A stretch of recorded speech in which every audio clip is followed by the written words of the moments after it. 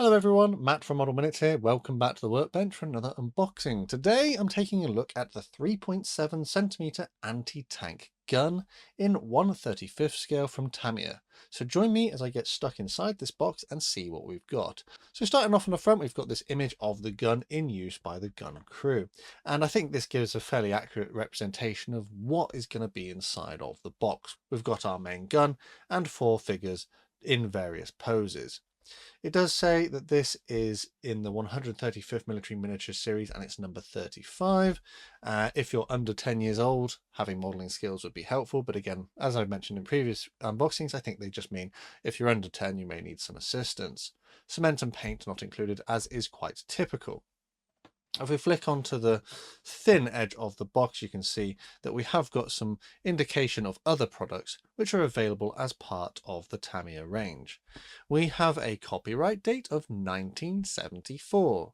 As always, it's worth taking a copyright date with a pinch of salt, as it may not be the tooling date. But in this case, I do believe that 1974 is the tooling date for the kit inside the box, so not a particularly new release. On this side here, we do have some insignia details for the uniforms that may be worn by the various soldiers included in the box. Naturally, this is in Japanese, so I would have to get a translate app to figure out what they're actually specifically telling me. On the thin edge, we have pretty much the same information that we've seen on the front, but we do have an item code of 35035. The other edge again features the same information. The back, however, is a little bit more interesting. So on here we can see that if you have this Hanomag SDKZ 251/10, you could actually mount this weapon on top of that vehicle. That vehicle, of course, is not included, but it is sort of designed to work together. So if you bought that particular product, you could also then buy this one and mount your weapon on it. However, if you haven't done that, in my case, you have got here image of the completed weapon with the paint color callouts, which look to be an overall grey, and then we also have our crew figures again picked out in color with the different paint colors annotated. Again, however, this is all in Japanese, so I would have to get my Google Translate app out if I was going to read that. And then, as you can see, we've just opened up the flappy bit of the box. We have some more color images of the kind of equipment that may be used by these soldiers. We've got a rifle, a bayonet or a knife, a canister and a water bottle. So these are all picked out in color, but again, there's some more text there I can't read. This edge has other ones, so that's pretty cool, isn't it? So we've got our binoculars and the different kind of pouches all picked out in color. So we'll have a look at what we've got inside the box. Not going to be a big unboxing today because it doesn't look like a very big kit.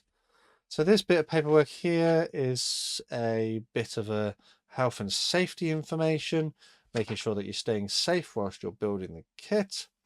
The next one, we now have our two sets of instructions. This one here appears to be in Japanese, so I'll put that to one side, but we do have English here. So starting off, we've got another image in black and white and information about the actual gun. So they've done some research notes for you. And then we're met with the same image that we had on the box, but this time in English, but not printed in color. We do have some more information about painting the anti-tank gun, all written in text with the different colors sort of annotated. They haven't, it appears, used their actual Tamiya paint color callouts, but instead, they've used the names of them instead, such as German grey, flat black, gold over here, for example. It does tell you what each different part of the weapon is, which I find can be quite helpful. Flipping over to the other side, we do have some information we need to read before we assemble it, and it does make further reference to the fact that we could add this into the vehicle as discussed previously. We have an image here of the completed gun and then a sprue map down the bottom, which will help us find the relevant parts as we need to. These are our assembly instructions. So there are a number of parts which need to be made up into the sort of breech part, then the loading section, and it says that this is movable, so be careful with your glue. At step 3, we install this gun shield, and at step 4, the trail legs. We then complete the gun by assembling these parts together, and it looks like elements may be movable, so it says here do not apply cement, such as to the tires. So there is an element of play value if you want to do that. And then as we get to the bottom, there are accessory parts which you can use, but it also has parts for helping you mount this onto the Hanomag if you had bought that kit, but naturally, as mentioned, that's not included. So yeah, instructions seem to be fairly easy to follow. I would prefer them to be in color, particularly for these images and the painting instructions over here, but we have got the color painting instructions on the box as well. And I'm sure that you could probably look up some images online to figure out what you needed to do. So in the bag then, stapled bag, we have what looks like 2 sprues, but they're molded in different colors. We have our crew figures or our personnel molded in a dark green, and our gun is molded in a dark grey, which seems to be the color that they asked for in the painting instructions. So with that in mind, you may not have to paint this if you didn't want to.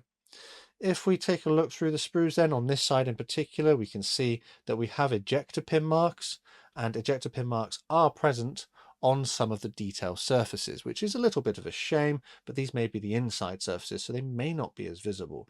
But here, for example, I think this is the shield, you can see we've got ejector pins, and in other places as well. So this may require a little bit of work. It did say 1974 tooling, so this kind of thing is a little bit expected with such an old model. The level of detail though looks to be pretty nice, and the level of flash is quite low as well. There is a few little bits of extra plastic or mold seams in places, but not too much. Generally speaking, for a 1974 kit, this doesn't look too bad. I do quite like that over here they've said that this is the mount unit for your Hanomag, so you don't need to use those parts if you are not mounting it onto that vehicle. But yeah, doesn't look too bad, particularly given its age. I think it should build up into quite a nice little model. The figures then. So these come in a number of parts, but I think you can only sort of position them in one way. But we have separate helmets. We've got our legs, torso. There are some mold seams that need cleaning up. Ejector pin marks on the figures mostly look to be sort of on the mounting points where you glue them together. However, I think there is one like in the hand of this guy, but I don't think you'll see that if he's holding a weapon or operating the gun in some way. There is a little bit of flash and some mold seams which will need a little bit of cleanup as you go through, but we do have relatively crisp details, and the accessories here are molded to a good quality. So yeah, not too bad. I've seen much more recent kits that look worse than this. And that's it. No decals, no clear parts, but you wouldn't expect to see that. Everything in this kit is just going to be painted. Hopefully this makes a fairly simple and straightforward build. I did pick this one up because I thought that it would be fun to turn it into a little sort of vignette or diorama with these guys operating the gun, ready to be fired. So we had 2 plastic sprues molded to a pretty good quality. Flash is a little bit present. There are some mold seams, but generally not too terrible. However, my only concern are the ejector pin marks on detailed surfaces, but I hope that they're not going to be too visible. Instructions are to an acceptable level. They do have a wealth of information. I would prefer them to be in colour, but I think if you just take your time and read the information that you've been provided, you should be able to make reasonable progress with this kit. All of that comes within the typical sort of standard Tamiya boxing, with this rather nice image of the crew using the field gun, some extra colour painting for your accessories on the flaps, which you have to open to have a look at, and then this pretty cool image on the back, which I think does add a bit of value in the sense that if you're looking at this on the shelf in the shop, you might be encouraged to buy it. So as mentioned, this is a 1974 tooling, but it would seem that they potentially updated the box in the 80s just to add a bit of extra information. But objectively, it appears that this boxing with these instructions and these plastic parts are pretty much all there ever has been, and probably will all there ever will be. But let's face it, if something isn't broken, don't fix it. So how much would you be looking at paying for this? Well, online at the moment, it seems to be retailing from between £5 and about £8. I think I paid £6, so sort of in the middle, which, yeah, that seems absolutely reasonable. Bearing in mind you're getting a field gun, 4 figures and accessories. £6, not a bad price. And I suppose if you were buying the Hanomag and you wanted to add this in, that wouldn't be too expensive either if you were just buying it just for the gun. So all in, I'm pretty happy with this one. I would be looking at making it into a little diorama or vignette. But what do you think of this kit? Let me know down in the comments if my assessment of it was fair. As always, a quick shout out to my Model Club members for the extra support they give the channel. Massive thanks to these guys on screen. If you'd like to join them or help the channel in other ways, take a look at the links in the description. The best way to support the channel for free though is by subscribing with notifications turned on so you never miss a modelling upload. Finally though, last thing to say is a massive thank you to you for watching this one, and I'll see you on the workbench again next time.